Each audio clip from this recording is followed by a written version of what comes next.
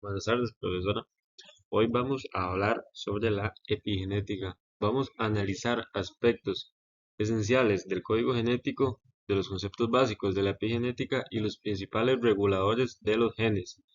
Vamos también a relacionar la genética del comportamiento con la importancia de la transcripción y traducción del ADN. ¿Qué es la epigenética? Bueno, como tal, la epigenética a lo largo del tiempo ha demostrado tener varios conceptos, pero primero nos remontaremos a sus inicios que rondan por los años en los que vivía el grandioso Aristóteles. Esto para primero ingresarnos en de qué manera se fue, pues por así decirlo, creando lo que es la epigenética de sus inicios, de sus orígenes. Entonces vamos a eso. Dice que ese mismo fue quien propuso, hablando de Aristóteles, la epigenética como una forma de desarrollo en animales. Esto propició dos bandos de biólogos, los que creían que cada célula contenía elementos preformados que crecían durante el desarrollo y los que defendían una postura que se basaba en reacciones químicas que ejecutaban un plan complejo en el desarrollo. Entonces, también, después de Aristóteles, vamos a hablar de otra persona que es considerada el padre de la epigenética, que es Conrad Hall Waddington, que sería pues este señor de acá. Es una foto para guiarnos más o menos de quién era, para saber, ¿no? Entonces dice que el padre de la genética, vamos a enfatizar en un hombre, como les comentaba, Conrad Hall Waddington. Dice que él se graduó en 1926 de Cambridge y durante los años 1930 y 1940 no se establecía ni se definía por ningún rumbo claro, pero en 1936, junto con el bioquímico Joseph Needham, intentaron establecer un centro interdisciplinario para estudiar la bioquímica. Esto trataron en varias universidades como la misma Cambridge y la Fundación Rockefeller. Estas se negaron, alegando que estaban tratando de trabajar en una isla desierta, aunque de igual forma Waddington siguió con la investigación del desarrollo embrionario a lo largo de esos años. Realizó varias investigaciones, en las cuales recaudó pruebas de valor en pruebas que realizaba con embriones de pollo y de conejo, patrones que no podían aparentemente ser explicados por la ciencia, por lo cual redireccionó sus investigaciones a las células competentes, concluyendo que éstas necesitan de un impulsor para desarrollarlas en su forma final, lo que se denominaba como competencia genética o rutas genéticas controladas. La embriología cuenta con tres grandes procesos de desarrollo, que les podríamos clasificar como las más importantes: histogénesis, diferenciación en el tiempo; organogénesis, diferenciación del espacio; y la morfogénesis, diferenciación en la forma. El término epigenética acuñado por Waddington tuvo pocos cambios, como hasta los años 60 el biólogo Julian Huxley cambió el término refiriéndose a la ciencia del desarrollo en general. Para Huxley, el método por el cual los tejidos y los órganos se diferencian, la ciencia del desarrollo en general.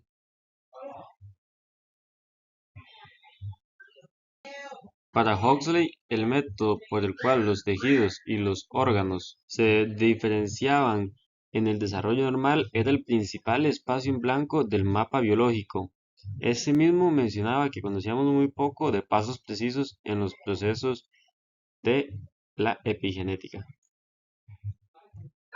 La epigenética ha sido definida de varias maneras a lo largo de los años, dejando en claro que nadie la conoce ni entiende totalmente. Por ejemplo, Arthur Riggs, biólogo molecular, mencionó en 1996 que la epigenética es el estudio de los cambios heredables en función de los genes que no pueden ser explicados por cambios en la secuencia del ADN. Por otro lado, Dennis Barlow declaró que la epigenética es todas las cosas extrañas y maravillosas que no pueden ser expresadas por la genética. Hoy en día, la definición que es más acertada es el estudio de los cambios heredables en función genética que se producen sin un cambio en la genética del ADN. Un científico alemán, Jorna Alterna, hizo una analogía de forma informática. El ADN es el disco duro y los programas del software el epigenoma. En cierta forma, se puede acceder a los programas que están en el disco duro, pero algunos se encuentran restringidos con contraseñas y otros con acceso libre. Otra propuesta por el científico Thomas Hennewen dice que la genética es un libro. Este una vez escrito no cambia copia a copia, sin embargo, lo que sí cambia es el lector de ese libro, ya que cada quien interpreta la historia de la manera que le parezca. Genética y epigenética. La genética se refiere al aporte que realizan los genes en el desarrollo de un organismo, de acuerdo a su estructura. Esta misma es muy importante en la herencia. Es aquello que es transmitido generación tras generación a través de los genes y es determinado por la secuencia del ADN. Hablando del ADN y genética, de esta aún quedan muchas preguntas a pesar de ser secuenciado en los humanos. Por ejemplo, ¿cómo es que una célula decide cuándo dividirse? ¿Por qué una oruga es tan diferente a una mariposa si su ADN es el mismo? ¿Cómo es que el desarrollo normal de una célula que está en el corazón es totalmente diferente a una que está en el cerebro si es el mismo ADN? Las mutaciones enfatizan en la definición de rasgos fenotipos, los cuales delimitan fronteras entre las especies, estas mismas formadas por la selección natural. Tales conceptos colocan a la mutación en el corazón de la genética clásica. La palabra epigenética se deriva del griego epi, que significa sobre, y génesis, que significa generación, origen o creación.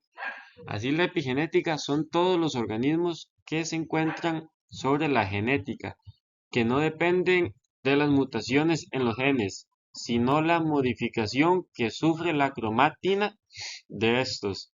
La epigenética va más allá de los genes. Por ejemplo, con los gemelos homocigotos, quienes presentan el mismo ADN, aunque este sea idéntico, presentan diferencias ligeras fenotípicas, dadas por epigenéticas, dadas a lo largo de la vida del individuo, debido a la exposición de un medio ambiente diferente.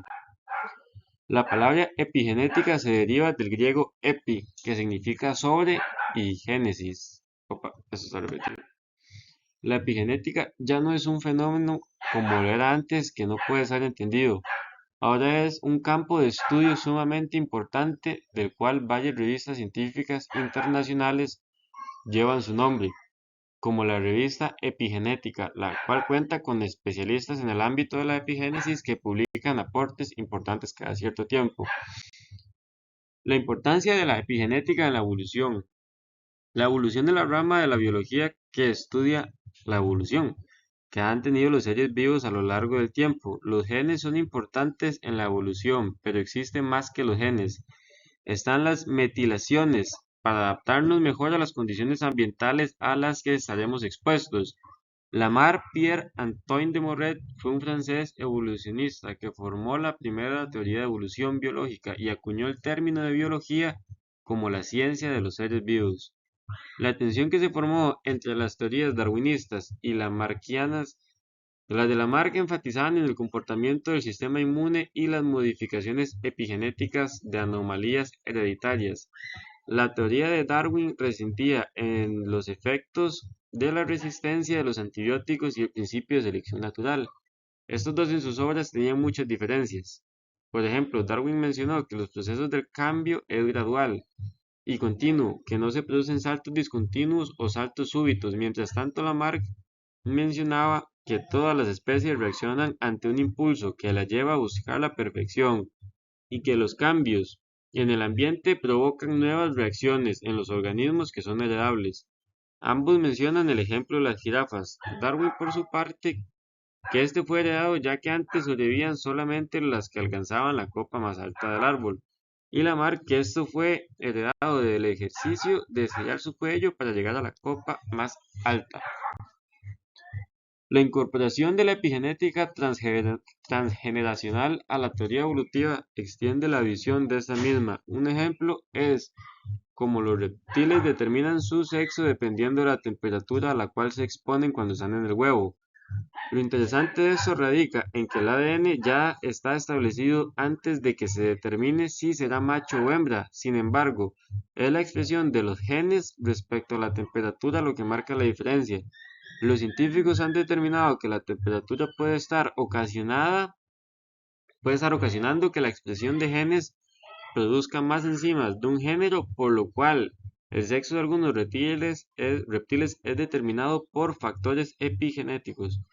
Ejemplo de esto podrían ser los cocodrilos y las tortugas, por lo cual si nos ponemos a pensar, el cambio climático podría significar la extinción de muchas especies, porque eso significaría que solo un sexo sería dominante, también provocaría migraciones masivas. Se señala y se cree que esto fue un factor clave en la extinción de los dinosaurios, ya que se cree que su reproducción era similar a la de los cocodrilos, a la, a la que la determinación sexual se determina por la temperatura, por lo cual tuvieron severos problemas por la caída del meteorito sumando las erupciones volcánicas, por lo cual las especies vivas sufrieron un sesgo en su sexo, lo que nos deja ver que el sexo de algunas especies puede estar relacionado por el clima y seguramente por procesos de la epigenética. En la epigenética no solo se ha hecho énfasis en los humanos y animales, también en las plantas. En un estudio sobre Arabidopsis thaliana, cuyo genoma fue secuenciado, se ha demostrado que la metilación en el ADN, uno de los mecanismos epigenéticos más estudiados, puede generar variaciones cuantitativas ecológicas como la floración de la planta, los tiempos de floración. Estas plantas son genéticamente idénticas. La única diferencia presente es el grado de metilación que tiene el ADN. Esto permanecía así durante al menos 8 generaciones de plantas. En estas mismas existe algo llamado paramutación, que es lo que no se encuentra en la secuencia del ADN. Las bases moleculares de la paramutación se ha estudiado mucho en ratones y especialmente en el maíz. Roger Alexander Brick fue el primero en descubrir y utilizar la paramutación en esta planta, pero no fue hasta 1973 cuando definió el concepto de paramutación como una alteración entre los alelos de los genes, que llevan a cabo cambios heredables en la expresión genética. Esto mismo reta los paradigmas tradicionales de cómo son heredados los genes. Un ejemplo clásico de esto es con el maíz, de su alelo llamado B1, lo cual codifica un factor que promueve la biosíntesis de algunos pigmentos llamados antocianinas. Se encuentra dentro de las células vegetales y se encarga de inferir ciertos tipos de coloración. En un estudio realizado se determinó que a pesar de tener la misma secuencia de ADN, las plantas con expresión B1 dominante tenían color púrpura oscuro, mientras que las B1 débil tendrían un lila pálido, y esto contradice la genética tradicional. Estudios epigenéticos determinaron que el alelo B1 y el alelo B1, el patrón del B1 de metilación era diferente, esto del B1 dominante, por así decirlo. Ahí se diferencia con la mayúscula. Y su cromatina presenta una estructura más abierta, lo que favorecía la transcripción de genes, por lo que es muy probable que la epigenética esté involucrada en la evolución del maíz. Y aquí una foto de la primavera porque vamos a dar una explicación de cómo la epigenética influye en esto.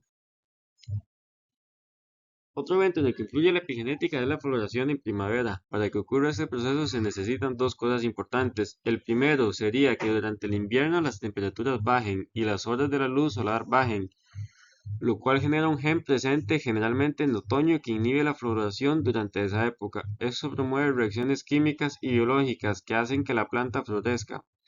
Científicos han descubierto que para que este gen prospere o se apague es necesario grupos de metilo y acetilo en las historias para lograr así la floración y que ocurra en el tiempo necesario. En cuanto a la epigenética y evolución en humanos, se podría decir que se convirtió en una revolución en cuanto a la evolución. Como sabemos, factores epigenéticos de nuestros abuelos se pueden mantener 2 o 3 generaciones. Esto significa que los patrones de metilación a lo largo del genoma son heredables, contrayendo patrones epigenéticos sujetos a la selección natural. Aunque la epigenética es un campo nuevo promocionado recientemente desde las grandes repercusiones biológicas, existen también los científicos que mencionan que la epigenética no es importante en la evolución humana. Sin embargo, la evolución tal y como la conocemos, que se refiere a un conjunto de cambios a través del tiempo, que origina una diversidad en las especies que mejor se han adaptado, sea lento o sea rápido, por lo cual es mejor ver la epigenética como un complemento de la evolución. La epigenética sí juega un papel importante, ya que si tomamos en cuenta todos los cambios ambientales rápidos que hemos sufrido, podríamos decir que estamos en un proceso de evolución epigenética, ya que en teoría podríamos adquirir habilidades fenotípicas que nuestros ancestros no tendrían, y esas nuevas serán heredables. Por lo tanto, la respuesta es que sí es importante. Y esa sería mi exposición respecto a la epigenética y la genética. Muchas gracias.